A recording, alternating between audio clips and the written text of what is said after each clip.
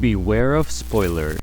Ahsoka Episode 5 starts with her in the world between worlds, taking a new lesson from Anakin that would allow her to come back to life. Which, of course, is a strange concept that never really gets explained. This is where I realized that we just reached the point in which most Disney Plus shows have a flashback episode to develop the character more thoroughly. However, this time it's combined with an old trope called the MCU effect. What does it mean? Well, even though I love the MCU, I recognize that its worst moments originate when a whole movie or show rely on utilizing long-awaited characters to generate some level of excitement from the audience, i.e. fan service. In a similar way, Ahsoka used Anakin to appeal to long-time fans that have been waiting for a live-action version of the Clone Wars. However, it's worth noting that Anakin used a form of tough love to teach Ahsoka a lesson. But this just feels contradictory to where the character was at the end of Return of the Jedi. And I know there's been some speculation about this Anakin not being the real one, and that this is just Ahsoka's memories hunting her.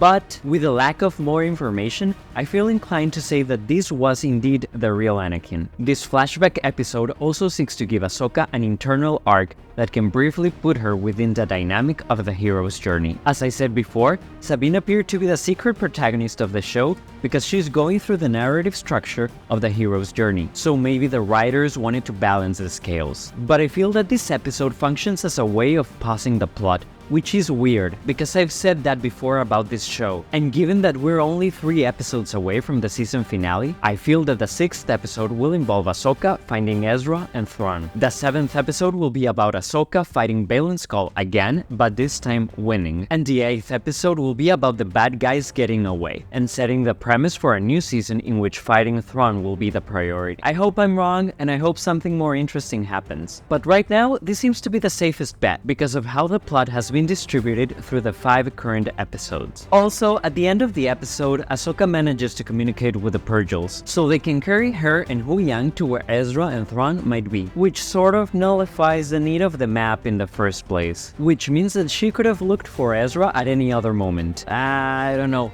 I give this episode a 6 out of 10. What do you think? Do you give it a higher or lower score? Comment below, like, subscribe, and for now, I'm out.